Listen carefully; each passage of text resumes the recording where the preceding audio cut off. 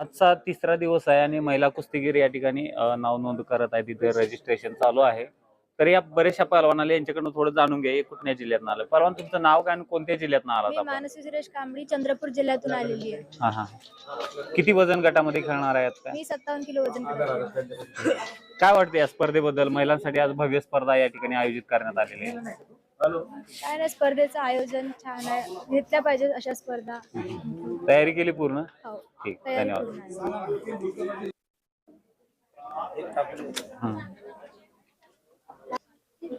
बरेचसे पहलवान आहेत जे की बोलत नाहीत, कॅमेरा समोर येत नाहीत.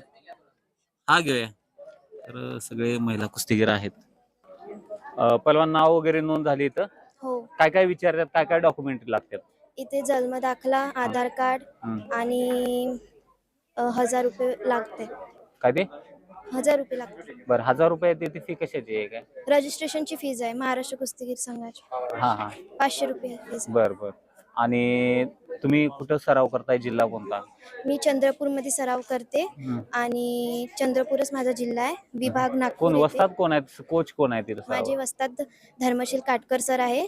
आमच्या तालमीचं नाव श्री जगनगुरु व्यायामशाळा आहे आणि भरपूर मुलं आहे आमच्या तालमीत. आता विदर्भात कुस्तीला एवढं स्कोप नाही आहे, कारण की इकडं भरपूर स्पर्धा होत्यात पश्चिम महाराष्ट्रामध्ये.